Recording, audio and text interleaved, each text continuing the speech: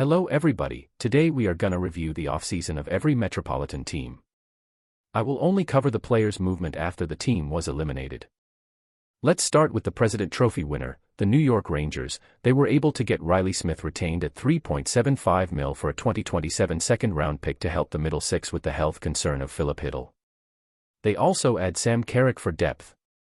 What they lose, Eric Gustafsson and their trade deadline acquisition in Jack Roslovic and Alexandra Wenberg.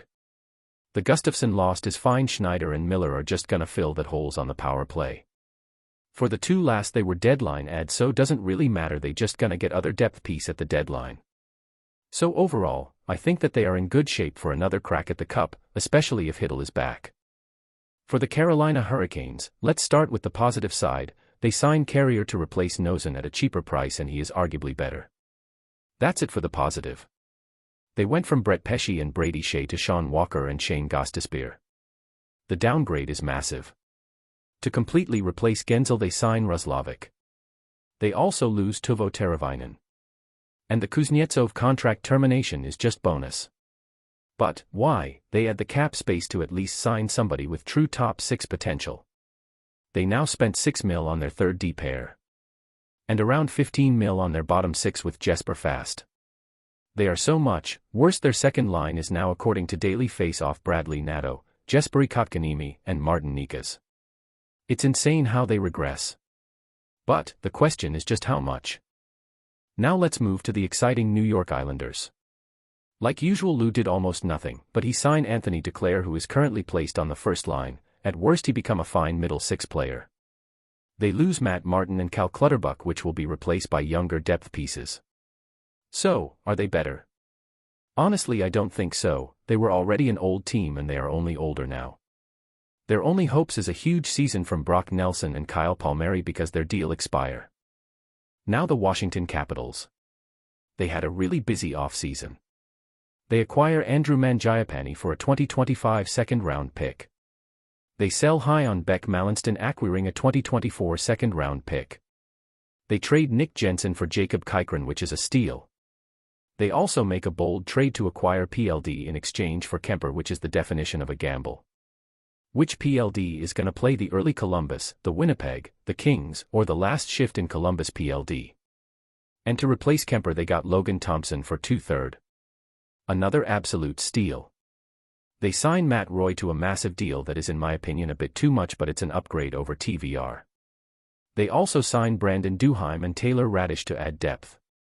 So overall they are a lot better than what they were, even if PLD is trash. Let's talk about the Pittsburgh Penguins. They trade Riley Smith, retain for a second, it's fine. They got Kevin Hayes with a second, which is good. They signed Matt Grzelcyk, Anthony Beauvillier, and Blake Lizotte for depth. It's the more meh offseason that I ever seen. This team has no direction. By example, the Canadiens sign literally nobody, but they are an upcoming team with young player. So their offseason was fine. The Penguins want to stay competitive, but they have now missed the playoff 2 years in a row. So they want to rebuild, but they can't because of the old core. Basically, this team is bad and they had an even worse offseason. My only wish is that Sid is gonna be traded to Colorado. Talking about a team that has made nothing but it's fine, the Philadelphia Flyers. They add nothing, the only move they made was buying out Kim Atkinson. But they are gonna have Matvei Michkov coming over. They will have Ivan Fedotov for a full year. Is he gonna be good? I don't know.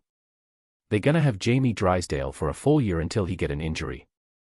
So, there is thing to be excited about. Are they better? I would say on paper yes, but I don't think they replicate this past season. But, they should be an interesting team this season. Let's pass to a team that had a lot of player movement. The New Jersey Devils. I'm gonna start with their trade. They get Jonathan Kovacevic for a 2026 fourth, nothing major, it's fine. They trade Alexandra Holtz and Akira Schmid for Paul Cotter and a 2024 third, it's so bad. They also trade John Marino for 2 seconds and a 5th. Finally, they got Jacob Markstrom for Kevin Ball and a 2025 first.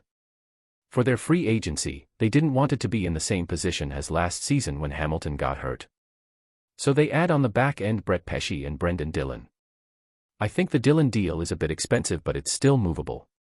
They also add depth with Tatar and Nosen up front. So yes, they are better, every body is a year older, they have two good goaltender, they add depth. They are a Stanley Cup contender. The last team of the video, the Columbus Blue Jackets. They did few move, but nothing major. First of all, they trade Alexander Texier for a fourth, it's fine, nothing major to say. They lose Jake Bean and Adam Bokvist to free agency, which is bad, but at least they make room to David Jiricek.